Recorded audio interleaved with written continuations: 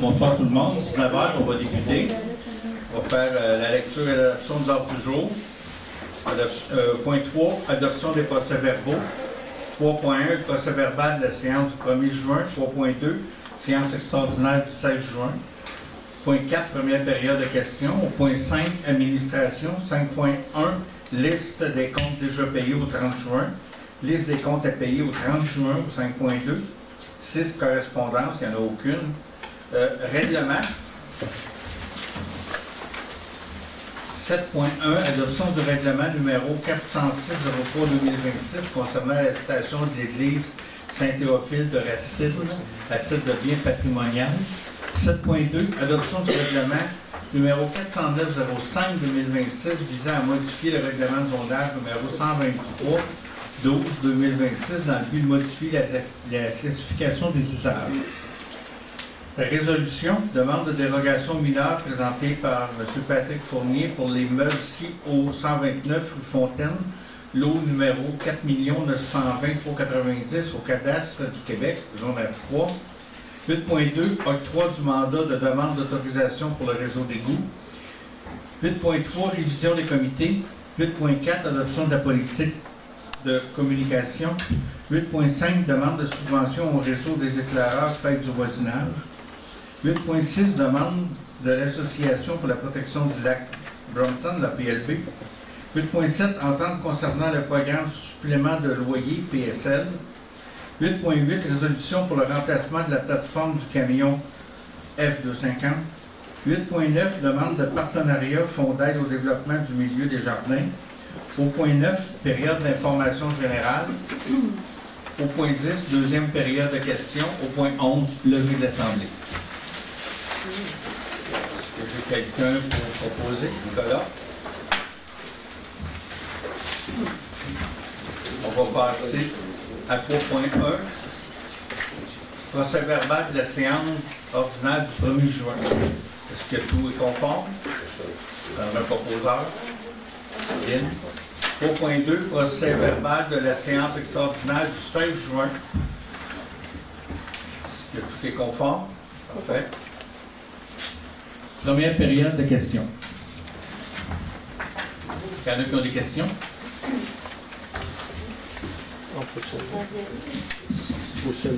C'est Bruno, je peux démarrer. Je sais pas. Il marche. C'est moi qui prends le pas. Je vais juste souligner une petite coquille là, dans le procès verbal au sujet de. Excusez-moi. Dans l'ordre du jour. Du numéro là, de règlement zonage numéro 123, 12. Vous avez écrit 2026, mais c'est 2006. Dans votre ordre du jour. C'est juste une petite coquille en passant. Ah, OK. Je le vois.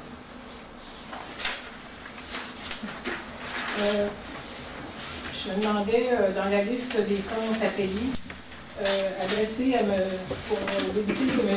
Rémi Côté, c'est un de nos employés. Remboursement de cours. C'est combien de montants? Je ne sais pas comment 680. Je me demandais quelle sorte de cours il avait suivi. C'est-tu la formation qu'on a eue sur le... Non?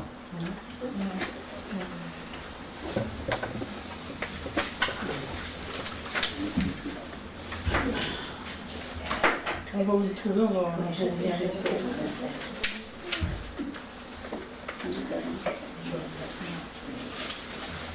C'est tout. Merci. D'autres questions? Bonjour, Marie-Cyr, chemin BD, 680, je suis d'accord. Je veux premièrement vous remercier. La dernière fois, j'avais parlé de la réglementation au niveau du lavage des embarcations avec un autre de mes collègues. Et puis, je pense que là, ça a bien évolué. Vous avez fait une proposition, Racine, avec le reste des 3 municipalités. C'est tout le temps très difficile de s'entendre et de réussir à arriver à quelque chose qui est commun puis qui va être quand même uniforme à travers la superficie ou le nombre de personnes que ça peut toucher. Donc, ça, je suis vraiment contente de voir l'avancement.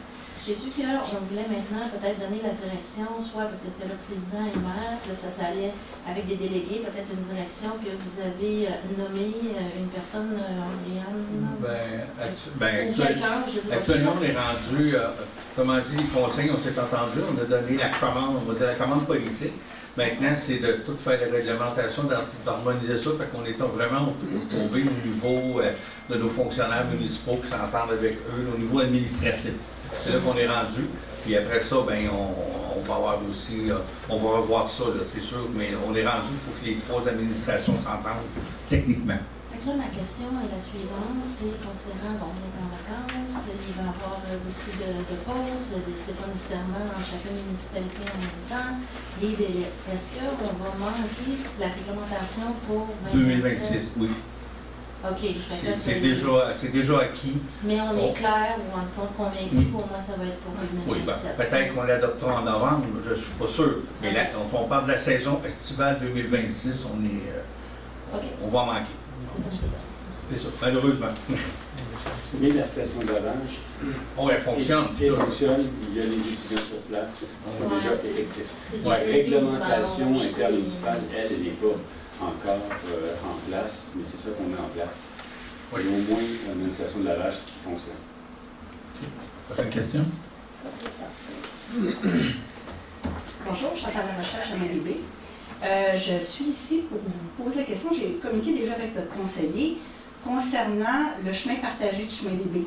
Il y a 2 points que je voudrais vous poser comme question, à savoir, présentement, il y a sur le chemin du Grand Brompton des indications qui font dévier les gens sur le chemin des baies. Il y a une flèche qui dit « Mont-Cathédrale, tournez ici pour s'en aller dans les sentiers pédestres et tout ça ».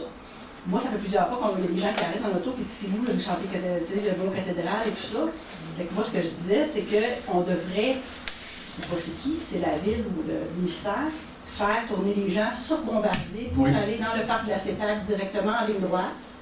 Ça, c'était la première chose. La deuxième chose, chemin des baies encore, le chemin partagé. On n'a pas de trottoir. Moi, ça fait pas longtemps que je suis arrivée à Racine. C'est un chemin que les gens roulent quand même assez vite. C'est 40 km/h, chemin partagé. Ce que moi je disais, c'est que je suggérais, il y a des affiches qui disent, à 2 endroits, je crois, je pourrais vous prendre des photos, qui a un petit logo qui dit piéton, vélo, auto. Chemin partagé, qui n'est pas super clair pour tout le monde, mais bon, ça veut dire qu'on se partage tout ça. Les gens roulent vite, il y a des poussettes, il y a des gens à pied. Est-ce qu'il y a moyen d'ajouter, un peu comme vous voulez faire à l'orée de votre nouveau projet, là, où il y a des décalques au sol? J'ai même proposé à dire, bien, si vous avez des décalques, là, on peut faire bénévolement la peinture, puis faire des décalques au sol, dire 40 km/h, chemin partagé. Fait que c'est deux choses que je voulais vous amener à penser, parce qu'il va y avoir de plus en plus de gens qui vont venir dans les coins avec le parc de CEPAC. Oui. Merci. Merci, c'est noté. Sachez que le dossier de l'affiche est déjà en cours, une demande auprès du MTQ, parce que c'est eux les responsables de l'affiche, c'est une affiche verte. Donc, elle va être déplacée, on souhaite qu'elle soit déplacée.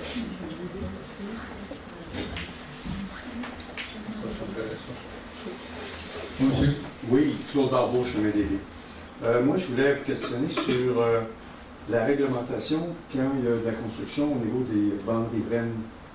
À savoir, il faut mettre des toiles pour empêcher l'écoulement, les sédimentations, tout ça, puis c'est de respecter la racine, je pense que c'est 5 mètres. 10. C'est 10 mètres? 10 mètres. Maintenant, quand vous savez que vous émettez les permis de construction, après ça, il se passe quoi? Est-ce que vous avez des inspecteurs? Est-ce que quelqu'un s'assure que c'est bien suivi? Alors, on parle de quoi? De la construction, de la sédimentation? Ou... Ben, c'est la construction. C'est quand il y a de la construction, ça brasse, il creuse, puis il y a de l'écoulement, il y a de la pluie, puis si c'est pas bien installé, si c'est pas bien suivi ou réparé, ça va s'en aller dans le lac. Puis dernièrement, j'ai assisté à une rencontre de l'APLD où j'ai entendu parler de beaucoup, à travers tous les tours municipalités, de tous les problèmes qu'il y a eu de sédimentation lorsqu'il y a eu des travaux qui s'en allaient dans le lac. Moi, je suis sensibilisé de plus en plus à ça. Là, je fais partie plus activement de l'APLD au niveau des tributaires puis rapport en sédimentation, fait que je commence à m'informer là-dessus. D'où ma présence ce soir. J'aimerais savoir, de comprendre de votre bord, qu'est-ce que vous faites. Un coup, vous avez mis le permis. C'est quoi comme inspection? Qu'est-ce que vous faites comme suivi pour vous assurer que tout au long des travaux, ce soit bien maîtrisé? Dans le fond, notre inspectrice, c'est une inspectrice en bâtiment et environnement. Quand elle émet le permis, si vous en avez demandé un, Andréane Leduc, si vous en avez demandé un, sur le bord du lac, c'est indiqué qu'il doit avoir une barrière à sédimentation, puis un sédiment. Et normalement, il va faire un tour, et à la fin, elle retourne aussi pour fermer le dossier.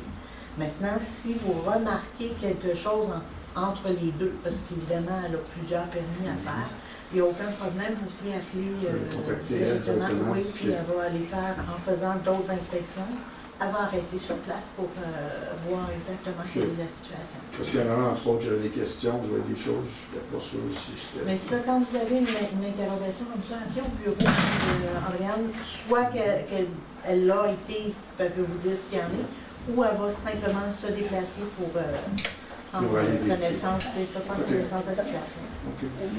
Merci. Ouais. Quelle autre question? Juste une question en lien avec celle de M. Barbeau, d'aller voir définitivement sur le domaine de la cathédrale. Il y a une clôture qui a été bâtie dans le 5 mètres. Il y a des fondations qui sont à même le 10 mètres, c'est clair. Ils ont fait de l'abattage et des toiles géotextiles. J'ai pris des photos, ça m'a comme sidéré. Fait que là, il apporte ce point-là, puis justement, ça m'amène à dire que ça vaudrait peut-être la peine d'aller faire une inspection. Avez-vous l'adresse courriel de Mme Leduc? J'enverrai les photos? Oui. OK. Elle va en prendre connaissance avant, puis va pouvoir monter son dossier. D'autres questions? Bonsoir, Pierre Rocheneau, chemin des Villes.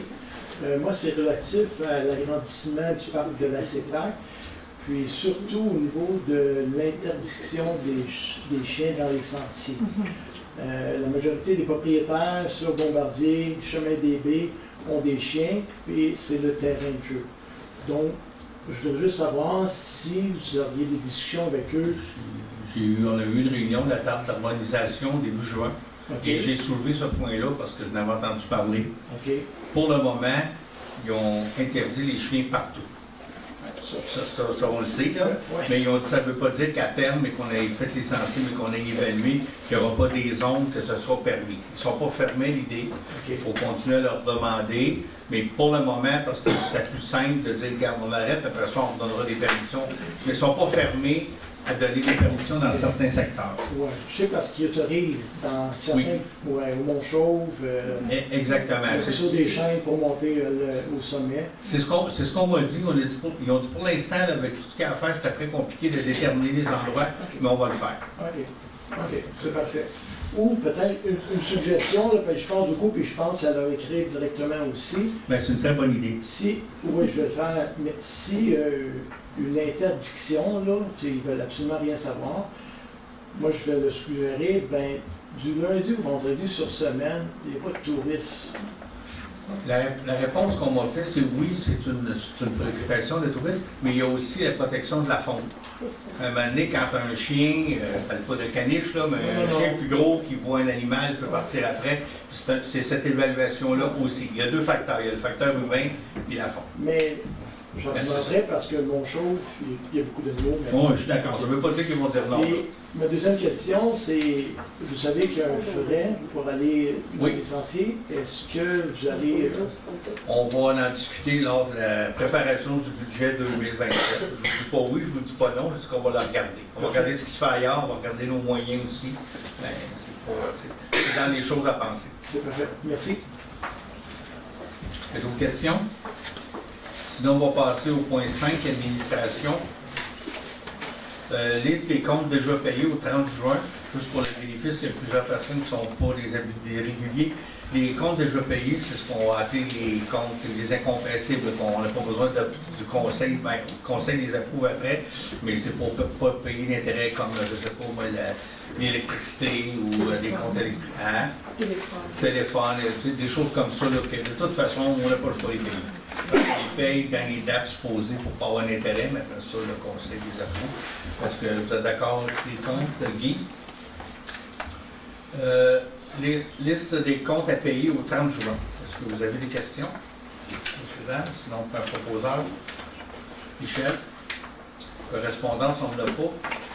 Règlement. Adoption du règlement concernant la citation de l'Église Saint-Théophile de Racine.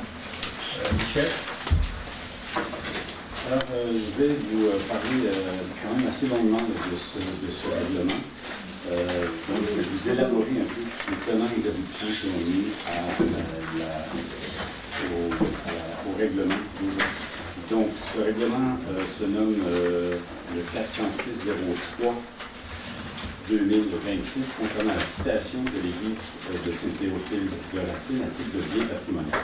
Donc, les attendus de ce règlement, c'est qu'en vertu de l'article 127 de la loi sur le patrimoine culturel, une municipalité peut, par règlement, citer en tout ou en partie un bien patrimonial situé sur son territoire dont la connaissance, la protection et la mise en valeur ou la transmission présentent un intérêt pour le public.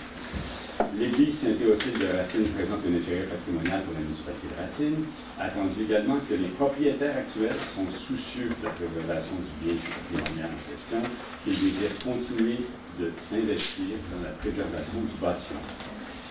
Attendu également, l'aspect patrimonial de l'immeuble est principalement représenté pour la communauté par son architecture extérieure. Le conseil municipal actuel est d'avis qu'il faut préserver l'intégrité du bien patrimonial et en protéger les caractéristiques sans toutefois en limiter les possibilités d'aménagement intérieur. Un avis de motion du présent règlement a dûment été donné par M. René Studler lors de la séance ordinaire du conseil municipal tenue le 2 mars 2026. Il y a également eu une séance de consultation publique qui a été tenue le 25 mars 2026, tel qu'indiqué par le processus de citation identifié dans la loi sur le patrimoine culturel par le comité consultatif d'urbanisme qui agit ici à titre de conseil local du patrimoine. Le comité consultatif en urbanisme, le CCU, agissant à titre de conseil local du patrimoine, a effectué une recommandation en conformité aux dispositions de la loi 127 sur le patrimoine culturel. Donc, je propose, disons, il a été proposé. Je propose, c'est moi. Si tu veux. Je propose donc l'adoption de ce règlement, mais je vais quand même vous donner aussi quelques autres informations sur la désignation et les motifs de la citation, si vous voulez. Donc, on parle bien ici de l'église Saint-Théophile de Racine qui est située au 344 de l'église à Racine, qui est la propriété de la fabrique de la paroisse de Sainte-Famille. Le lot du cadastre est de 2 871 541 du cadastre du Québec et la superficie du bâtiment est de 809 mètres. Les motifs de la citation, valeur historique et d'usage. Donc, la création de la paroisse de Saint-Théophile de Racine en 1906 et l'ouverture des registres paroissiaux marque une étape importante dans le développement de Racine. Le terrain fut acheté à Joe Bodu, qui le céda à la fabrique, et au fil du temps, la totalité de ce terrain est devenue le cœur socio-communautaire de Racine. Depuis quelques années, l'Église accueille des concerts, des spectacles, des activités diverses, en plus des offices religieux. Le caractère sacré de ce lieu le caractère sacré de ce lieu subsiste, mais s'enrichit de l'élargissement du rôle que cet édifice remplit au sein de la communauté. Cette ouverture sur de nouveaux horizons en augmente grandement la valeur d'usage. Donc, valeur architecturale et d'authenticité, l'église Saint-Théophile de Racine et ses dépendances sont l'œuvre de l'architecte J.W. Grégoire, et des constructeurs Pierre et Napoléon Valade de Saint-Hyacinthe. L'église est construite en pierre et le clocher trône au sommet d'un toit en tôle à 2 versants. Sa façade est surmontée d'un oculus et dispose de 3 grandes fenêtres. L'église dispose également de 2 petits clochers sur les côtés. Sa forme au sol est rectangulaire, alors que son cœur est en saillie et son abside en hémicycle. La voûte est en arc, en plein cintre. La nef est à 3 vaisseaux et l'église est dotée de tribunes arrière.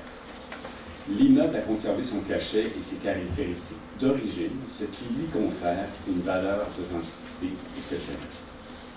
Valeur de contexte, l'église Saint-Théophile forme, avec l'ancien presbytère, un ensemble architectural homogène et de qualité situé dans le quadrilatère communautaire. Il forme le cœur historique du village. Il s'agit d'un point de repère et il marque le lieu de sa fondation. Je vais vous parler également des effets de la citation. Il y a une protection donc, juridique qui est amenée à ça, l'attribution donc du statut juridique de bâtiment cité afin de mieux protéger, de mettre en valeur les immeubles faisant partie du patrimoine historique et culturel. On parle ici de la reconnaissance et de la protection d'éléments significatifs du patrimoine de la municipalité qui contribuent au développement du tourisme culturel et religieux sur son territoire. Et pour ce qui est de l'obligation du propriétaire, eh bien, le propriétaire du bien patrimonial cité doit prendre les mesures nécessaires pour s'assurer la préservation de la valeur patrimoniale du bien, tel que le stipule l'article 136 de la loi sur le patrimoine culturel. Donc, quiconque altère, restaure, répare ou modifie de quelque façon que ce soit, quant à son apparence, un bien patrimonial cité doit se conformer aux conditions relatives à la conservation des caractéristiques propres au bien et obtenir au préalable l'autorisation du conseil municipal selon la procédure établie par le présent règlement.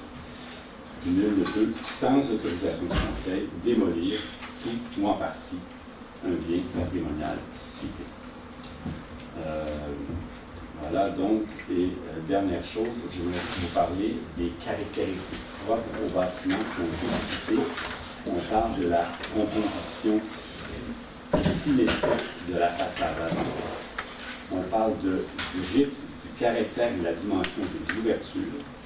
La toiture a 2 versants avec revêtement de tôle, le revêtement extérieur de pierre ainsi que les cadrages et détails en briques rouges. On parle aussi des 3 clochers à l'avant, le balcon en façade avec le balcon en façade avant menant à l'entrée principale. Toute intervention affectant l'apparence extérieure de l'immeuble patrimonial doit favoriser la conservation et la mise en valeur des éléments caractéristiques qu'on a nommés, favoriser la conservation des matériaux d'origine, prévoir ou les remplacer par des matériaux d'apparence similaire, s'appuyer sur le caractère patrimonial du bâtiment existant, tout en permettant l'intégration d'extension. Donc, on pourrait permettre des ajouts, mais il faut que tout ça s'harmonise avec le corps général du bâtiment. Permettre les ajouts modernes ou non, qui respectent les éléments caractéristiques propres au bâtiment et qui préservent la lisibilité historique et qui apportent une réponse fonctionnelle adaptée aux exigences actuelles. Donc, si jamais les besoins changent dans ce bâtiment, qu'on veut faire taux d'usage, ça sera possible, mais il est important de conserver l'ensemble de l'œuvre, certainement assez intégralement, de façon à l'extérieur. Voilà, donc c'était les grandes lignes de ce règlement. Et il y en reste quelques-unes, mais je vais vous les dire. Les grandes et les petites, merci Michel. Merci Michel. On va passer à 7.2, adoption du règlement numéro 409-05-2026, visant à modifier le règlement de zonage numéro 123-12-2006. 2006, ouais, c'est ça la copie que Mme dit tantôt, 2006. Donc, on en avait parlé de la dernière session, c'est la 3e présentation qu'on a faite. Dans le fond, c'est sur la route 222-243. C'est de permettre la possibilité d'avoir des garages automobiles. Il n'y avait aucune autorisation dans Racine d'avoir un garage automobile. Donc, si oui, c'est permis, il y a certaines conditions. Là, on n'aura pas une grosse station-service, c'est pas là qu'on voit ces petits garages dans des garages de maisons existants. Par un proposeur, Nicolas. C'est quoi les prochaines étapes? Ça, c'est la 3e adoption. On envoie la NRC. Ben, c'est parce qu'on envoie le final aussi. OK. Ben, après, c'est publié. Il y a un crieur public qui le Un dit. crieur public. Avec toi, le poste est vacant. Non, mais donc, c'est cette semaine? Oui. OK. Merci. Qui 8.1, demande de dérogation mineure présentée par M. Patrick Fournier. Nicolas, je te laisse aller avec ça. Oui.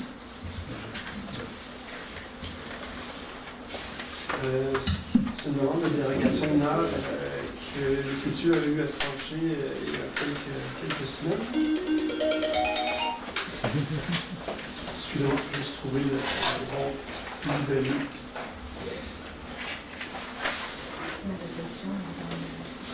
Donc, c'est une. Je vais vous lire rapidement la résolution. C'est attendu que le requérant présente une demande de dérogation mineure en vue de permettre la construction d'un bâtiment accessoire à 1 mètre du bâtiment principal. Dans le règlement de zonage, le bâtiment accessoire doit être distant d'au moins 3 mètres. Donc, le demandeur demandait de passer à 1 mètre. La proposition projetée du bâtiment accessoire permet l'utilisation d'un espace qui est déjà dévégétalisé. Il est possible de modifier le projet afin de respecter toutes les normes en vigueur. Attendu que la distance minimale entre le bâtiment accessoire et le bâtiment principal contribue à limiter les risques de propagation d'un incendie, et attendu que la demande concerne des dispositions qui sont admissibles aux dérogations mineures, attendu que la distance minimale exigée entre un bâtiment principal et le bâtiment accessoire contribue à préserver le caractère accessoire de ce dernier et à maintenir une distinction claire entre les deux constructions, et attendu que le refus de la demande ne causerait pas un préjudice sérieux ou que ce préjudice résulte d'un choix d'implantation plutôt que de caractéristiques particulières du terrain. Et le CCU a étudié la demande et a fait sa recommandation au Conseil, et il est proposé par moi-même de refuser cette demande de dérogation mineure. Est-ce que tout le monde est d'accord? C'est bon. 8.2, octroi de mandat d'autorisation pour le réseau d'égout. Je vais vous proposer ce soir, étant donné qu'il nous manque encore des informations qui sont rentrées à la dernière minute. Et c'est un gros projet, on va le reporter peut-être à une séance ultérieure, à une séance spéciale dans quelques semaines. Là, mais pour l'instant, on a de nouvelles informations à venir ou à être complétées. On va le reporter. 8.3, révision des comités, Adrien. Oui, mon district inclut le chemin de la Rochelle, la falaise aussi, avec l'avenue du parc. Je voulais aussi faire partie du comité environnement parc. C'est pour ça que j'ai exprimé le souhait de faire partie de ce comité. Il y a aussi un autre changement avec Nicolas. Peut-être ajouter au document, au comité de communication. De toponymie. Oui. OK. En fait, la proposition, c'est de scinder. Le comité de communication était avec le comité de toponymie. Le comité de communication est un comité interne des élus, alors que le comité de toponymie, il y a un ou des citoyens qui en font partie. Alors, ce qu'on a fait, c'est que ce qu'on a décidé, c'est de séparer les deux, avoir deux comités distincts pour qu'on puisse bien travailler en toponymie et qu'on puisse bien travailler en communication. Alors, c'est la proposition qui est faite. Tu le proposes? Moi-même? OK. Oui, ça peut être la même qui fait. OK. C'est correct. Parfait. 8.4, adoption de la politique de communication. Guy, t'es bien parti? Oui, merci. Alors, attendu que la municipalité souhaite assurer une communication claire, transparente, cohérente et accessible avec ses citoyens, ses partenaires et les médias, attendu que la mise en place d'une politique de communication permettra d'encadrer les pratiques de diffusion d'informations, de préciser les rôles et responsabilités des intervenants et de favoriser une information fiable et uniforme. Alors, notamment, là, la politique, c'est qu'elle encadre les normes graphiques de la municipalité, exemple d'utilisation du logo, les moyens de communication internes et externes de la municipalité, les outils de communication comme les guides du citoyen, les plaintes et les requêtes, l'accueil des citoyens ainsi que la communication lors de mesures d'urgence et en gestion de crise. Alors, attendu que les membres du Conseil ont pris connaissance du projet de politique de communication municipale et en approuvent le contenu, il est proposé d'adopter la politique de communication municipale telle que présentée, laquelle entre en vigueur à compter de la date de son adoption. Et on propose également de mandater la direction générale pour assurer la mise en œuvre de cette politique, sa diffusion auprès des employés et des élus, ainsi que toute mise à jour jugée nécessaire conformément aux orientations du Conseil municipal. Alors, je propose l'adoption. Ça vous va tout le monde? J'aurais une petite question. La politique, elle va être sur le site internet de la municipalité? Oui. Parfait. Alors, vous pourrez en prendre connaissance. 8. Merci beaucoup.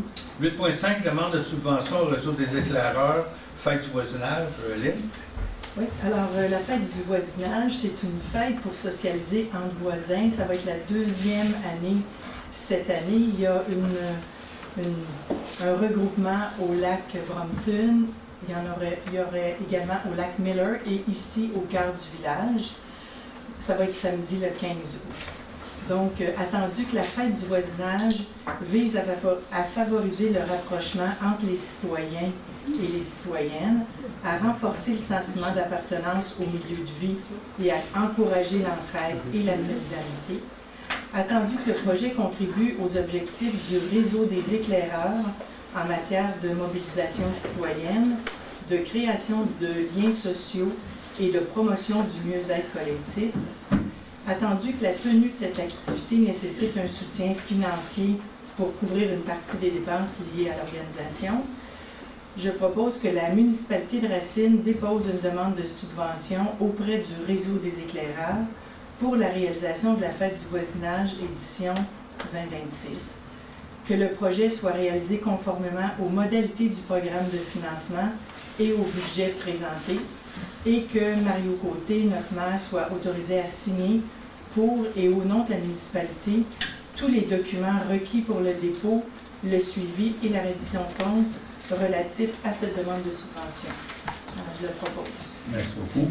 Juste pour le bénéfice des gens, le réseau des éclaireurs, c'est soutenu par le CIUS, puis ça là, ce que tu disais, le but de tout ça, c'est de soutenir des activités sur le territoire du CIUS qui ont pour but de briser la solitude. C'est pour ça qu'on serait potentiellement acceptable.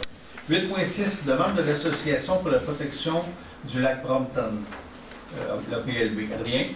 La PLB avait présenté un feuillet de sensibilisation lors de l'AGA au sujet des bateaux wake qui se promènent trop proche de la rive, qui mélangent les sédiments. Et là, ils veulent créer une zone au centre du lac, à 300 mètres de la rive, indiquée avec 6 bouées. Et ils veulent produire 2000 exemplaires de ce feuillet. Et Racine va payer sa part tel que demandé. Oui, c'est les bouées et le petit pamphlet. Oui. Tu le proposes? Tout le monde est d'accord? Oui. Parfait. Résolution concernant le programme supplément au loyer. Ligne? C'est une résolution qui est vraiment administrative. Dans le fond, quand la brunante a été construite, c'est une coopérative de solidarité. Et il y avait une entente qui existe toujours. Il y a une entente avec la brunante que la municipalité s'engage à défrayer une somme à chaque année pour maintenir au moins des logements à prix modique. On a signé cette entente-là, on l'a renouvelée à plusieurs fois et là, le gouvernement a changé la formule et le formulaire et tout ça et nous l'a retourné pour qu'on le ressigne encore. Les clauses ne sont pas changées, le format est un peu changé, tout ça. C'est le gouvernement, là, mais c'est ça. Donc, on a besoin d'une autorisation pour que le maire et moi-même puissions signer, renouveler encore l'entente, re-signer le nouveau formulaire. Qui propose, merci. 8.8, résolution pour le remplacement de la plateforme du camion F250, la boîte, comme on dit, Adrien. Un camion F250 diesel 4x4, c'est un 2012 ou 13, on l'avait acheté usagé. Et là, la boîte est défoncée, elle ne tient plus sur le châssis. L'inspecteur a regardé pour trouver une boîte qui est pas rouillée. Les seules disponibles sont aux États-Unis. Et l'autre solution est de faire une plateforme avec des côtés qu'on peut relever. C'est fait à Windsor. On va la faire installer. Ça va coûter 6 600. Et plus... 6180. OK. Et plus tard, si le camion est fini d'ici quelques années, on a seulement acheté un châssis et on peut mettre la boîte dessus. 5800 plus 800 l'installation. Je propose. Tout le monde est d'accord? Demande de partenariat au fonds au développement du milieu de Desjardins. Lynn, c'est toi qui as ajouté celle-là? Oui, ça, je m'excuse, je ne vous ai pas avisé d'avance, mais j'ai fait une nouvelle, c'est vendredi. Il y a un fonds d'aide au développement du milieu qui existe chez Desjardins.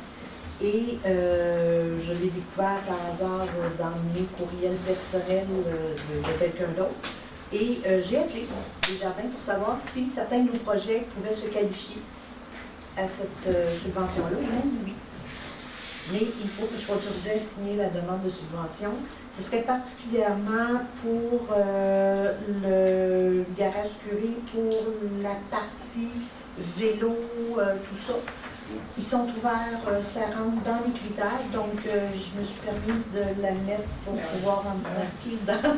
C'est parce qu'il y a des dates limites, donc il fallait faire assez vite pour que je puisse rentrer dans la date limite. C'est une surprise, mais c'est une bonne surprise. Léa, tu le proposes? Oui. OK, parfait. Tout le monde est d'accord? Oui. On passe au point 9, période d'information générale. Dans le fond, pour ceux qui sont moins habitués, c'est le point où j'explique à peu près tout ce qui s'est passé à la municipalité, ce que j'ai fait, et tout le monde aussi va donner son petit grain de sel. Premièrement, en tout début de mois, j'ai participé avec Nicolas à l'Odyssée aux matinées toastées. On est allé faire des toasts pour nos jeunes étudiants au niveau secondaire. C'est toujours agréable de rencontrer les jeunes de la scène viennent nous saluer. Réunion MRC, fonds de projet structurant, ça c'était vraiment très administratif, là, vous êtes avec moi, hein? C'est ça. Il y a des fonds disponibles, il faut savoir comment ça marche. Il y a eu une réunion annuelle de l'eau potable de Valcourt aussi, une fois par année, on se rencontre Valcourt, Racine, Bonsecours, puis Lorenzville, puis Valcourt-Canton. C'est une municipalité qu'on est sur le réseau, on fait le rapport de ce qui s'est passé, comment ça va coûter, si on est dans nos normes, il n'y a pas eu de surprise. Aucune surprise, tout va assez bien, il n'y a pas eu trop de bris non plus. Table d'harmonisation du parc Offert, je l'ai parlé tantôt. Ils ont parlé aussi qu'ils travaillent fort sur la lutte. Eux autres aussi ont des espèces envahissantes comme les myriophiles à épis, le roseau commun. Fait qu'il y a beaucoup d'efforts qui sont mis dans le parc. Les débuts des travaux d'aménagement du sentier pédestre pour une longueur de 15 km, le secteur Ruisseau-Golf devrait commencer cet été où ils sont commencés. Je vous ai pris une note aussi de parler pour l'interdiction des chiens, mais je l'ai fait tantôt, j'ai répondu à une question, c'est fait. Le 7 juin, on a eu le spectacle de la chorale de la Farandole. Il y a eu une bonne participation, toujours bien intéressant. Le son dans notre église est vraiment intéressant. Rencontre de tous les élus et le personnel. On a fait une demi-après-midi de tous les élus au sujet d'intelligence artificielle. On s'est fait un peu informer, briefer de c'est quoi qui s'en vient, c'est quoi ce bébé-là, puis comment que ça peut nous aider. Donc on s'est même permis de fermer quelques heures le bureau pour que tout le monde soit ensemble, qu'on ait tous la même information. Puis ça va découler dans des actions aussi. Je suis allé au CHSLD de Valcourt à l'inauguration des espaces extérieurs, quand même bien aussi. On a aussi des gens de Racine qui sont là, évidemment. Réunion des maires du Val-7 qui ont recommencé, donc on avait pris une pause suite aux élections, il y avait des nouveaux maires, il y avait des nouvelles choses. On se rencontre à peu près aux 3-4 mois. On a eu la première rencontre, c'est juste l'idée d'échanger entre les maires, nos 7 maires aux alentours pour s'informer de ce qu'on fait, puis les problèmes qu'on vit et les solutions trouvées. Réunion mensuelle de la régie des incendies. C'est assez tranquille, hein? On en a un autre cette semaine, j'ai pas l'impression qu'il y a beaucoup de choses. Tant mieux. C'est bon signe. J'ai participé à une session d'information de la MRC sur le domaine hydrique. On a eu une réunion des 3 maires pour le lac Brompton de la PLB. On a parlé un peu tantôt, là, quand madame a parlé des résolutions, mais oui, on a travaillé là-dessus, on s'est réunis. On a eu une belle présentation d'Orphée de musique à l'église ici, à Racine. C'était le 17, si je m'abuse. C'était vraiment très, très bien. Ceux qui étaient là, le son, comme j'ai dit tantôt, était bon. C'est une belle réussite. Là. Autant les gens d'Orphée de musique étaient contents aussi. Là. C'est oui, nous, incontents. Vous autres, l'êtes-vous? Oui, oui, on a eu du monde, c'est le fun. Tant mieux. C'était une belle première expérience. On a eu aussi une réunion dans le cadre du plan climat pour la MRC. Lynn est avec moi. Est-ce que tu veux plus les détails? En fait, c'était le 18 juin à Richemont. C'était une deuxième ronde de consultation sur le plan climat pour le Val, la MRC, là, pour toutes les municipalités du Val-Saint-François. On a parlé vraiment d'adaptation, d'atténuation, puis de transition. Puis, ils ont fait un portrait aussi des changements qui nous attendent. Je ne sais pas pour vous, c'est si loin, 2070, c'est dans 40 ans. On ne le sait pas, Mario, mais il va rester du monde, puis peut-être nos enfants et nos voisins, et nous, on l'espère. Ça va être 2,5 degrés de plus, 12% de plus de pluie, plus de 7 jours de chaleur intense par rapport à maintenant, et une diminution du couvert de neige, là, ça va devenir plus tempéré. Donc, c'est sûr que quand on parle des changements climatiques, on doit voir venir des choses. Il ne faut pas attendre qu'on soit rendu là. Donc, si ça vous intéresse, sur le site de la MRC du Val-Saint-François, tous les documents sont là, c'est bien fait.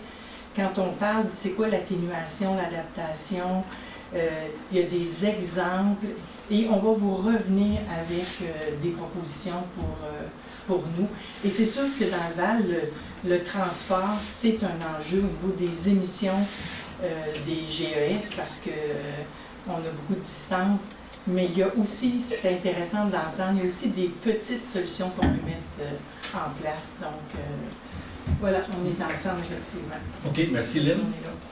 Le 21, après ça, j'ai eu une réunion, ma réunion mensuelle de Transappel. Transappel, c'est le transport adapté collectif. Sinon, le surnom de Transappel est sur sa dernière année d'existence. On va fusionner avec le Val des Sources pour avoir un seul transport ensemble. Donc, Transappel est en train de travailler sur la transition. Par contre, il y a toujours un problème financier. Il faut toujours regarder puis diminuer un peu les services pour être capable de boucler le budget. Puis même à ça, un des gros problèmes depuis que je suis Transappel, c'est que oui, on va avoir des subventions. Oui, il y a des subventions de garantie. Mais je peux vous dire que ça fait pas longtemps qu'on sait ce qu'on va avoir pour 2026. On n'a pas eu un sou. Puis l'argent pour 2025 n'est pas tout rentré. Fait que, puis le fournisseur, lui, a donné le service. Il faut payer les autobus, il faut tout payer. Donc, il y a des ponts financiers qui sont faits avec la MRC. La MRC avance l'argent quand l'argent arrive, mais c'est toujours beaucoup de soucis puis de façon de faire qu'on regarde. On peut couper un petit service-là, améliorer celui-là, mais bon, pour l'instant, c'est ça. On continue à gérer ça comme ça, parce que l'autre solution, ben, c'est la TIB, on a parlé, puis tout avec le nouveau, là, la nouvelle régie qui va rentrer, je ne sais pas si on appellera ça une régie, mais en tout cas, le nouveau système de transport intégré, on va réussir à canaliser plus de ressources à moindre coût, espérons-le. 21 juin, le dimanche, il y avait la parade de la fête nationale. On s'est fait un petit peu arroser, mais il y avait quand même beaucoup de... C'était long, la parade, je ne sais pas comment il y avait de chars, mais c'est toujours festif et intéressant. Et après ça, ben, le 23 juin, c'était justement la fête nationale. Si vous êtes venus ici, il y avait énormément de monde. On était comme ça dans le coin où on fait acheter des breuvages, disons, mais il y avait du monde pas mal. Il y a eu un beau feu d'artifice, on a eu un feu de camp, et comme d'habitude, ça avait fini. C'est clair quand ça finit. Hein. Je n'étais pas là, mais c'est toujours très, très festif. On a cette réputation-là de faire ça. On a eu la semaine dernière une réunion au niveau des codes-parts, répartition des votes au niveau de la MRC. Ça fait longtemps qu'on dit que les votes, c'est pas si équitable que ça. Actuellement, les votes fonctionnent selon la population aussi. C'est juste pour dire comme ça, genre Saint-Denis a 7 votes, je pense. En tout cas, c'est vrai que la population, ici, on a 2 votes. Fait qu'on est en train de réviser ça, trouver des façons équitables, là, mais ça aussi, puis au niveau et tout, ce qu'on a à débourser, c'est beaucoup basé sur la richesse foncière. Fait que là, ils veulent ramener ça un peu parce qu'il y a des municipalités qui trouvent qu'ils payent beaucoup trop à cause de la richesse foncière est haute. Donc, il y a une proposition qui est sur la table. Il y a 2 propositions pour chacun des problèmes. C'est sûr que quand il y en a qui payent moins, ben, il y en a qui payent plus. Mais nous, dans notre cas, on va payer moins parce que notre richesse foncière, je pense que c'est la 3e ou 4e. Ça dépend des années. Ça dépend des années, comment que ça bouge là, avec les évaluations. Mais on est la 3e ou 4e plus haute richesse foncière de la MRC. La MRC, je vous rappelle, il y a Richmond, il y a Windsor, il y a Saint-Denis, Stoke, puis Valcourt. Et on est toujours, on est 18 Saint-François aussi. On est 18 municipalités, mais on se part toujours 3 ou 4. C'est sûr que notre contribution financière est élevée. Si ça passe, on va souffler un peu, mais bon, c'est sûr qu'on n'est pas tous d'accord, mais ils vont travailler là-dessus, on va se réunir, là, mais l'objectif, c'est que tout ça soit canné pour l'automne, pour la préparation du nouveau budget. Soit que ça passe ou que ça passe pas, mais maintenant, il faut arrêter d'en parler aussi. Après ça, au niveau des éoliennes, que je parle toujours, on a fait une visite d'un parc éolien de la MRC Pierre Sorel.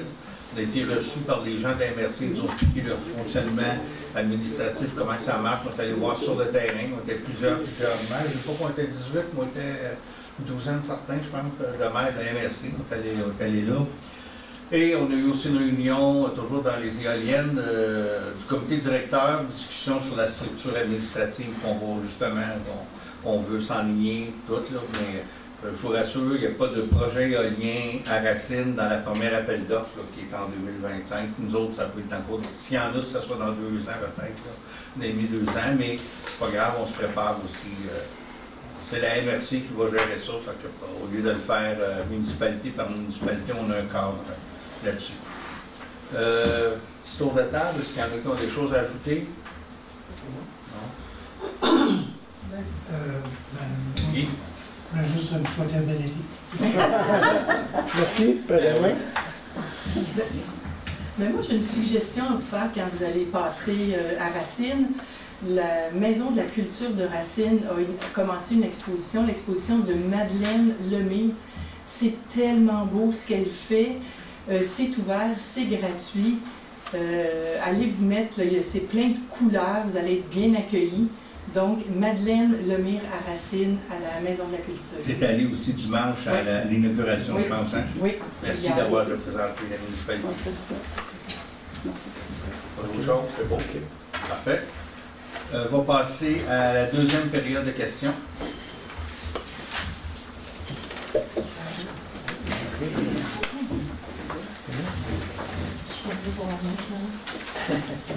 Si jamais on avait une inquiétude en lien avec le parc, le CEPAC, le long du ruisseau Élie, ils ont déjà dans le bac, que j'ai lu qui était relativement installé, mais il parle, disons, de stationnement qu'il peut y avoir entre le ruisseau Élie et la carrière. La carrière, ça me semble vraiment bien approprié pour avoir beaucoup de stationnement versus le ruisseau Élie, où est-ce qu'il faut quand même beaucoup faire au niveau de la végétation, le chemin qu'il faut dédoubler, la proximité du ruisseau qui est déjà peut-être une inquiétude à mon égard, le trafic qu'on parlait tantôt.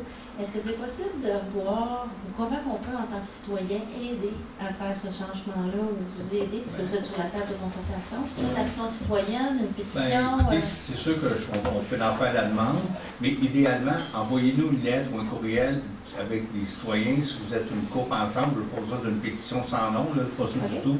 Mais si j'ai vraiment une demande citoyenne, ça va être beaucoup plus facile. Dès qu'on arrive, les citoyens nous demandent ça, donc c'est plus facile. Le nombre de stationnements, au moins. Ouais, de ça. Pas tout changer, mais au moins. Oui.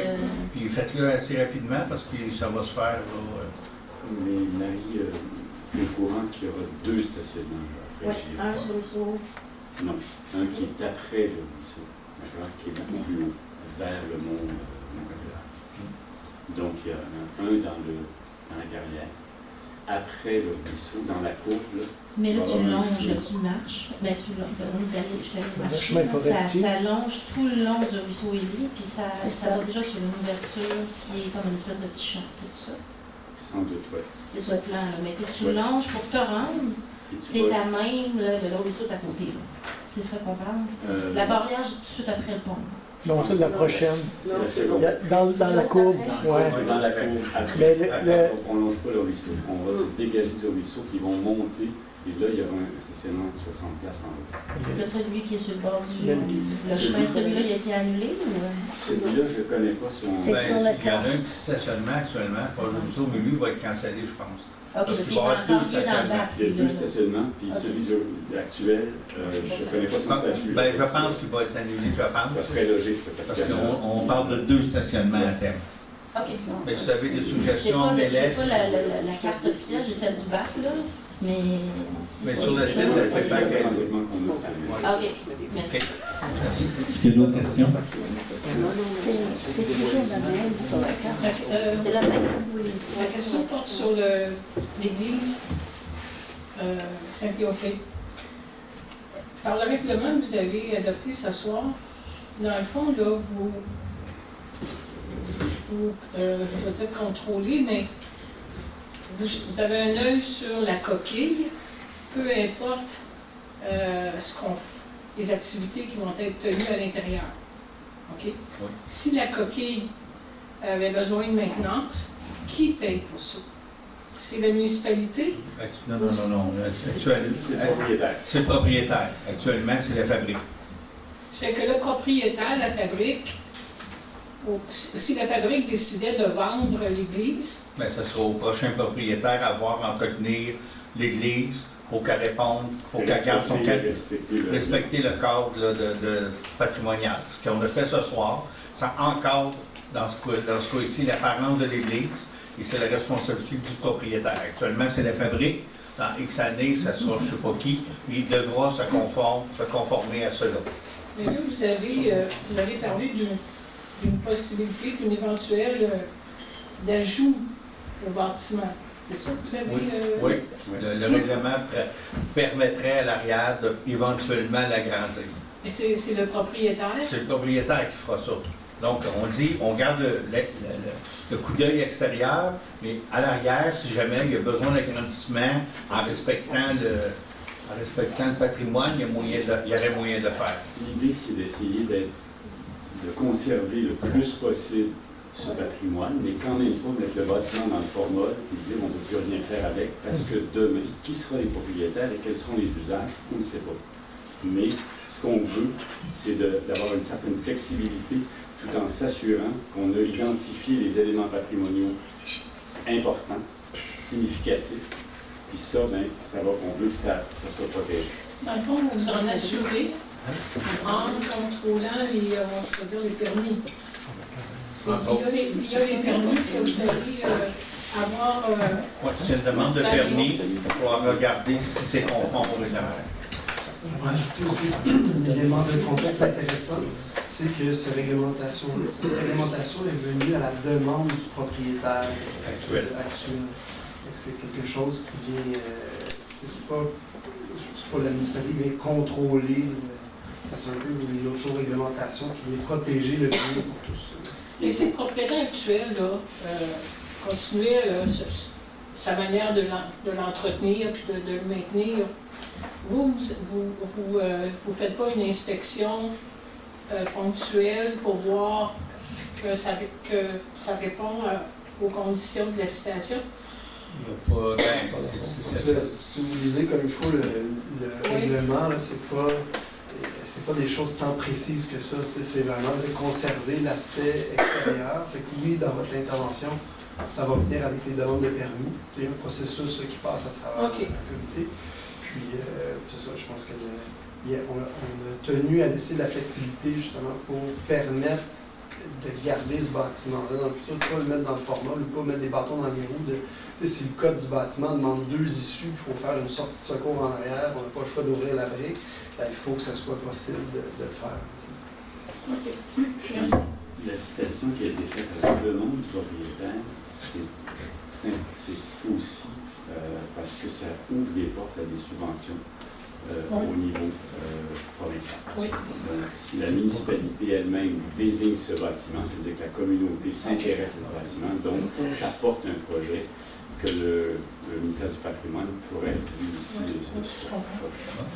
On aussi à demande pour une modification, ça va aller à l'inspectrice. Elle nous le soumet au CCU. Là, il y a des citoyens. Et le CCU va faire une recommandation. Après ça, ça va passer au conseil. D'accord. C'est pour ça qu'on ne peut pas rentrer dans le bureau et sortir avec un permis. Ça ne marche pas comme ça. Non, je comprends. Je vous remercie. Est-ce qu'il y a d'autres questions? Il n'y a pas d'autres questions, ça me prendra un proposeur pour la levée de l'Assemblée.